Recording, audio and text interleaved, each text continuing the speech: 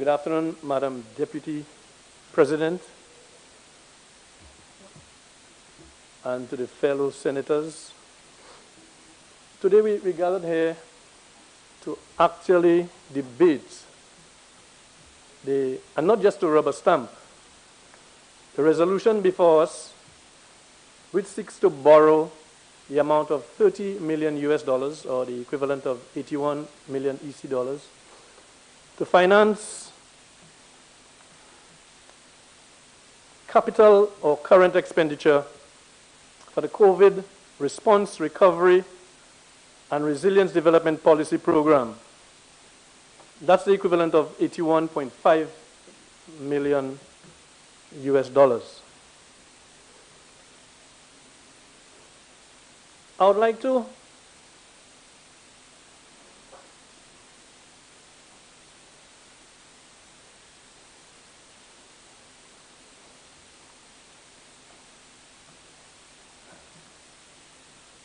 thank you, Madam President, for your return.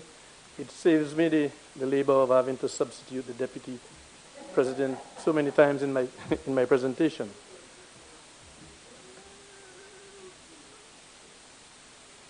I'd started, Madam President, not to recoil completely, that the resolution at hand seeks to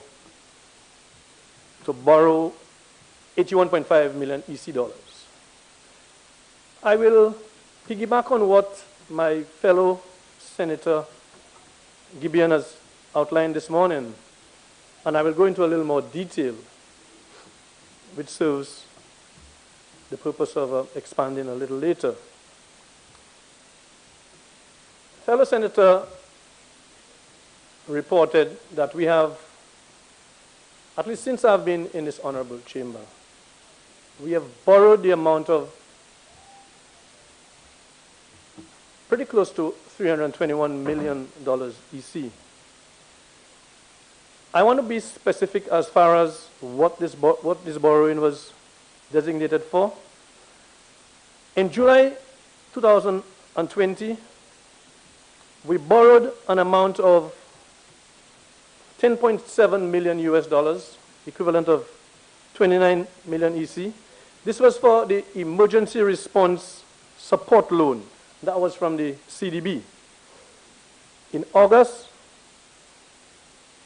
for COVID-19, meant for income support loan from the IMF, we borrowed an amount of $78 million EC.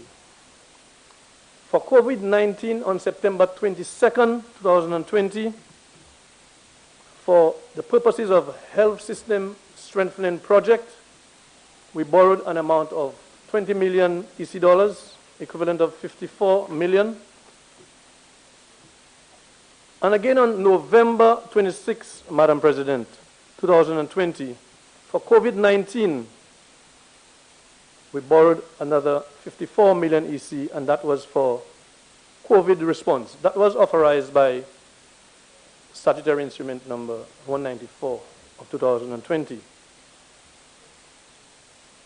These figures here, Madam President, which amount to a total of approximately $215 million EC, does not include for $5 million, which was further borrowed, equivalent of 13.5 million EC, on November 12th, for particularly health strengthening project. This invariably it shouldn't be added to the COVID bill per se, but it goes towards the same objective of enhancing our healthcare system. I have painstakingly drawn this to your attention, Madam President,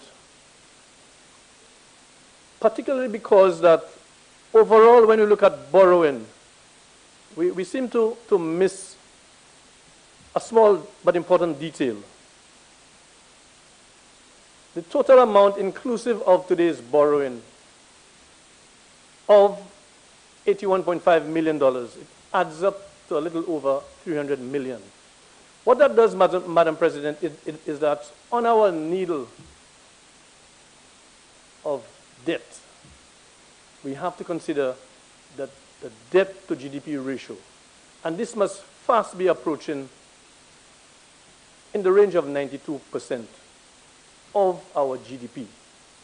It says to the ordinary person, if you break it down, that for every $100 that Fairhelen earns, we actually only retain $8 to pay for our national bills expenses.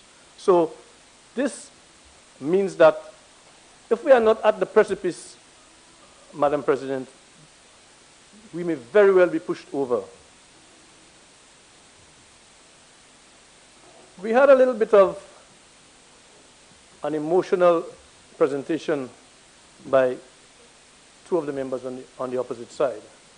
And one of the presentations had to do with the trust quotient. I want to put it on record, Madam President, that it's not that I'm not trusting in anybody on the other side making presentations on behalf of the government, but I am not, I repeat, I am not trusting in the government's actions and the precedents as far as reporting back to us what has this money been spent for. I noted with interest in the deliberations in the lower house on Monday, the member for Castries Southeast attempted to actually enumerate what some of these monies had been spent for. And he started, and eventually, before he got halfway up the borrowing bill, he had to bail out. That was at about $152 million. He was still $170 million short as far as what the COVID-specific borrowing has been used for. So when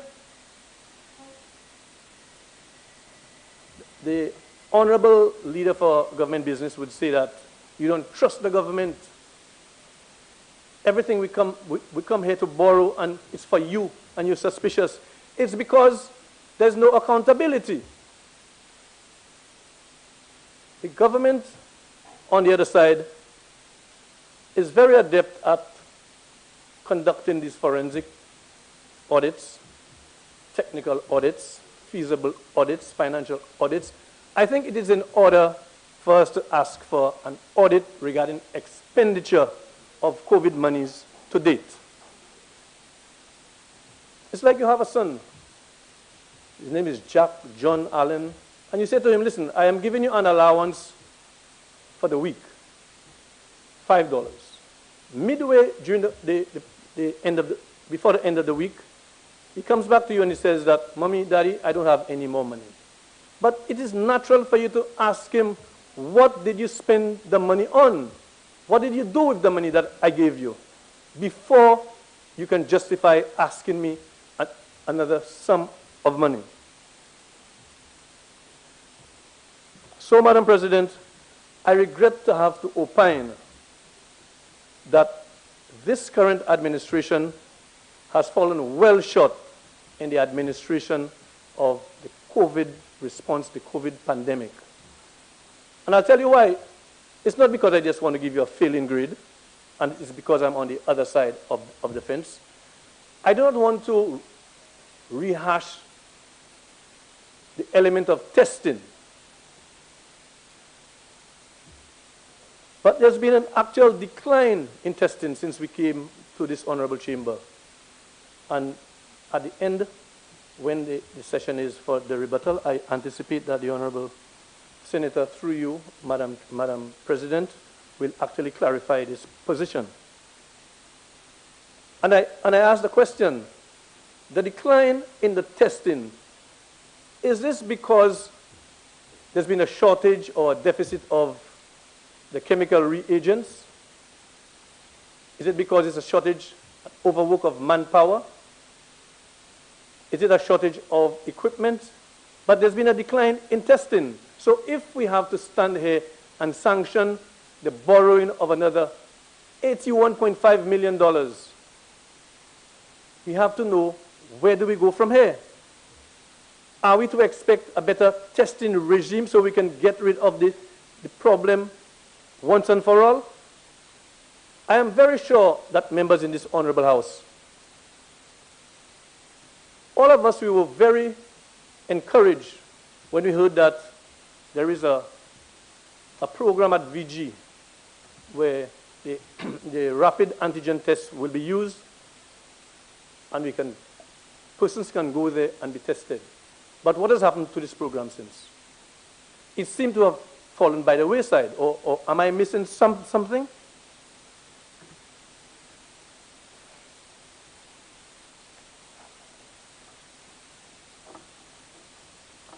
Another thing that we can pay great attention to, because it's of even more importance now. Can we demystify the advent and the prevalence of what is known as the SARS-CoV-2 B117? It's more commonly known as the English variant. And we want to know what is the status of the prevalence of this variant amongst our people. I know we don't do any gene sequencing here in St. Lucia, and we're not going to get into the mechanics and the biology of gene sequencing, but can we kindly and urgently require from CAFRA that we actually get a handle on this matter? If not so, can we use our diplomatic offices and reach out? I am sure there are benevolent governments overseas that will help St. Lucia actually determine the status of the English variant in St. Lucia now.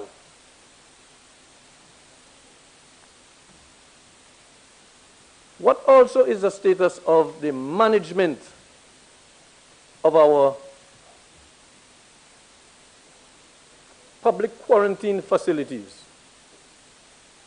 We don't want to be accused of being repetitious, but it is known widely within our community, Madam President, that there's a reluctance on the part of some people to actually go into quarantine facilities.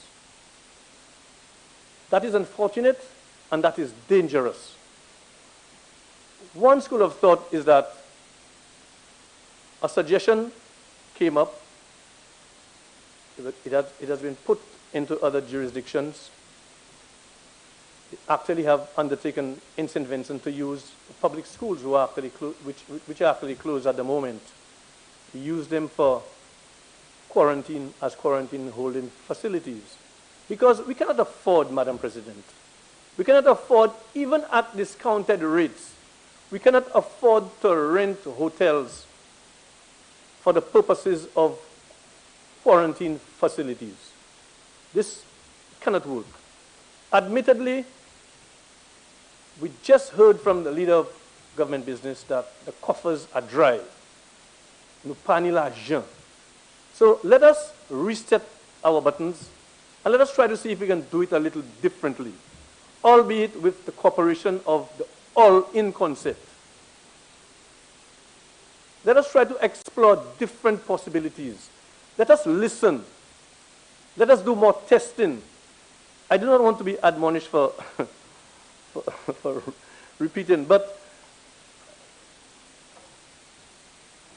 when I presented in this honorable chamber, Madam President, there were three things that I said. It included more testing, so I will not rehash the testing. But I will quote what Senator St. Clair said. He says, more testing and testing facilities are immediately suggested. Where are we now, Madam President, on this one? I also said, and I quote, an objective evaluation of our protocols should be sent back to the drawing board. For example, Madam President, we seem to lack the administrative, operational, and even I would go as far as saying the legislative framework to actually handle the pandemic effectively. And these are the reasons why I will say again that the current administration has fallen well short of being effective in handling COVID-19.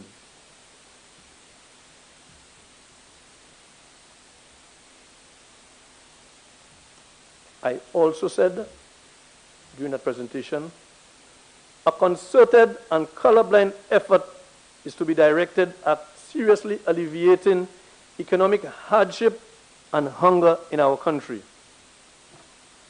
That is even more relevant today, Madam President. We all know the obvious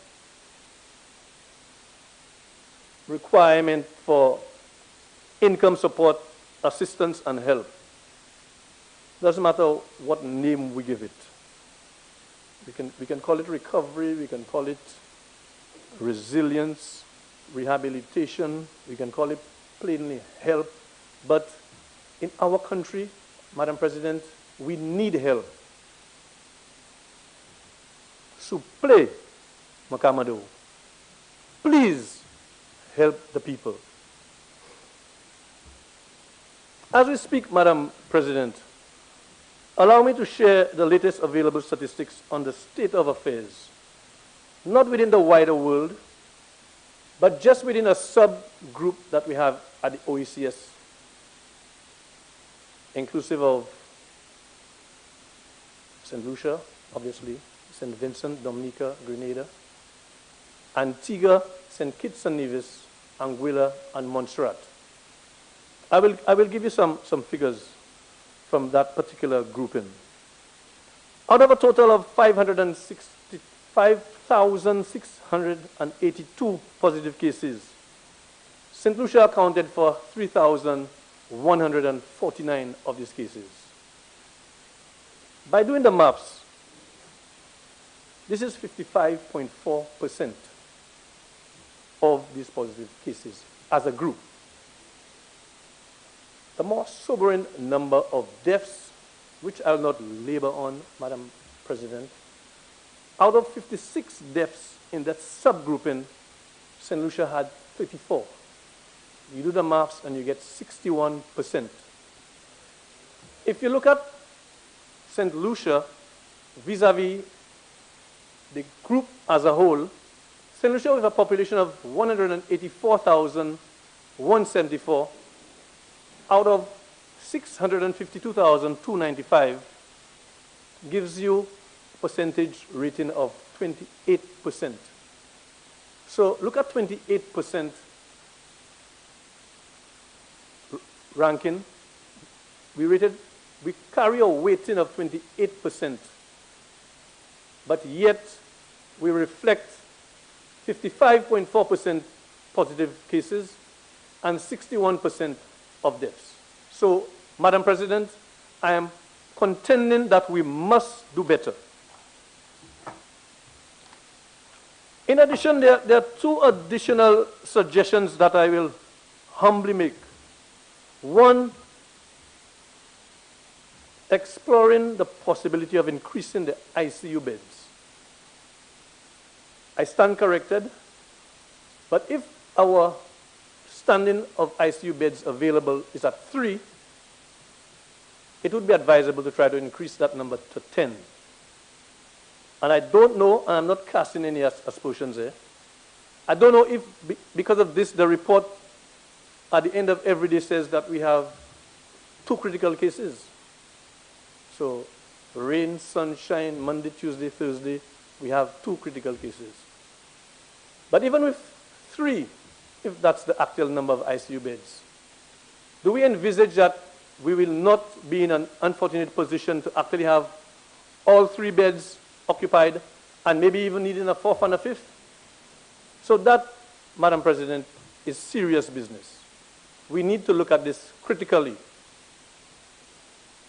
The other thing I would like to suggest is to examine the feasibility of procuring at least a portable oxygen-producing machine. I don't want to get too technical as far as the chemistry of it is concerned, but oxygen is not such a, it's one of the most important elements, but it's not so difficult to produce.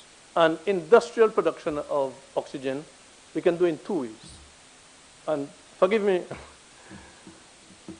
honorable colleague on the other side, but if you mix the hydrogen peroxide, which is a common commodity that we use all the time, and we mix this with manganese dioxide, we will get manganese oxide, oxygen, and water. And we can get that in the form of a portable unit. So it's not no big industrial plant that we're going to do.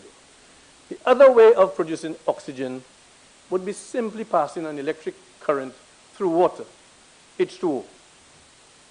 What you would get is that you would get hydrogen being produced at the negative terminal, and you'd have oxygen being produced at the positive terminal. So I implore you, and through you, Madam President, to try to explore the possibility of setting up a portable oxygen-producing plant. Finally, and in summary, Madam President, in relation to this resolution before us today, to borrow 81 million, the 1.5 to be exact, for the COVID fight, I contend that the government has failed to effectively utilize monies previously borrowed under the same guise, and pray that it will press the reset button, as I said, and take on some of the well-meaning advice that not only comes from senators or it comes from social society out there, it comes from dental and medical association, professionals. We all mean well for our country, Madam President. But if the Metkai, the man in charge, the government in charge, is not listening, we're not making any progress. So we have to will and come again. I thank you once again for your indulgence, Madam President, and I would like to fully embrace our 42nd Independence Anniversary theme that we are a resilient people. We can and we will make a wise decision when the time comes. I yield back to you, Madam President.